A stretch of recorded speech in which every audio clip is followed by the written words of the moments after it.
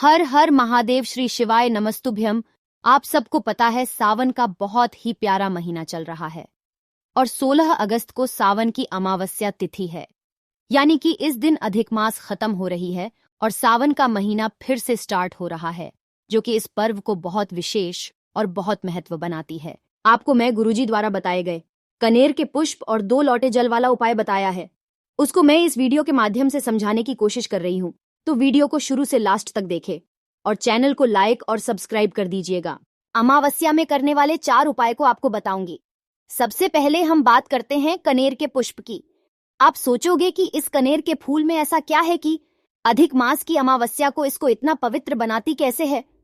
तो पूज्य गुरुजी ने कथा में कहा था कि जब कोई मेहमान हमारे यहाँ आता है तो वो हमको कुछ नहीं देता है, लेकिन वही मेहमान जब हमारे घर से जाता है तो हमें कुछ न कुछ देकर जाता है। ये जो अधिक मास की अमावस्या है ना, वो बहुत ही ज्यादा स्पेशल है। आपको स्क्रीन पर दिख रहा है ना, आपको स्क्रीन पर कनेर का फूल दिख रहा होगा। आप कनेर के फूल को ज्यादा से ज्यादा मात्रा में लेना है। अगर आपको नहीं मिल रहा है तो आप एक भी ले सकते हैं। आपको कहीं से भी ये फूल को खोजना होगा। ये फूल तो आसानी से मिल ही जाता है। ये फूल तालाब के किनारे, रोड के किनारे लगे भी रहते हैं। अगर आपको ज्यादा मिल जाता है तो अपने आसपास के लोगों को भी दे दीजिए। आपको साथ ही साथ लेना होगा इस तरह का लोटा। मेरा कहने का मतलब है आपको 2 पात्र ले लेना है। ये 2 पात्र चाहे तो स्टील ले सकते हैं या फिर चाहे तो तांबे की ले सकते हैं या फिर एक तांबे का एक स्टील का। आपके पास जो भी हो आप ले सकते हैं। मेरा कहने का मतलब है आपको 2 पात्र लेना है। अब देखिए, आपको जाना है महादेव के मंदिर, आपको शिवलिंग के पास पहुंच जाना है। अब मेरी बातों को ध्यान से सुनना।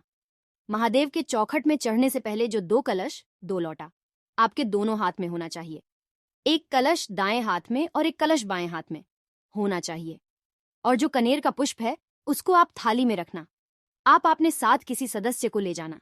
जब जल को लेकर शिवजी के शिवलिंग के पास पहुंच जाएंगे, देखिए सबसे पहले नियम समझेंगे। आप जो कनेर का फूल लेकर गए हैं उसको पहले नहीं चढ़ाना है। आपको शिवलिंग के उत्तर दिशा की ओर खड़ीढ़ा होना है। फिर आपको शिवलिंग पर दोनों हाथों से लोटे के जल को शिवलिंग पर समर्पित करना है और जो जल की धार होगी वो बिल्कुल ही धीरे धीरे करनी है।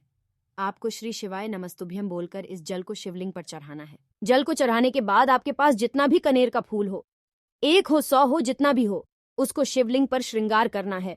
शिवलिंग और अच्छी तरह से श्रृंगार कर देनी है।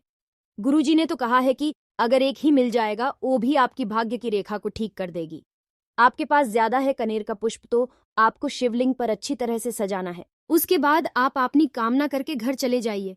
जो भी व्यक्ति अधिक मास की अमावस्या पर हती है उस दिन इस उपाय को करता है तो उसकी जीवन की रेखा बदल जाती है। यह अधिक मास आपको बहुत कुछ देकर जाएगा। इस उपाय को जरूर करिएगा। चलिए, पहले उपाय की बात हो गई। अब दूसरे उपाय की बात करते हैं। इस उपाय से आपको तो पहला फायदा, जो इच्छा अधूरी है वह पूरी होगी। दूसरा फायदा है, आपके घर में कोई बीमार होगा तो वह जल्द ही ठीक हो जाएगा। आपको स्क्रीन में चावल के बहुत सारे दाने दिख रहा होगा। आपको भी इसी तरह से चावल के बहुत सारे दाने लेना है। आपको लेना है 1 कटोरी। इस कटोरी में आपको लेना है पानी। फिर इस पानी में चावल को डाल देना है जब यह चावल पूरी तरह से भीग जाए। फिर इसको पीस लेना है। उसके बाद आपको लेना है चंदन। आपको इस उपाय में लाल चंदन नहीं लेना है, आपको पीला चंदन लेना है। उसके बाद आपको लेना होगा हल्दी। हल्दी को गांठ वाला लेकर उसको पीसना है।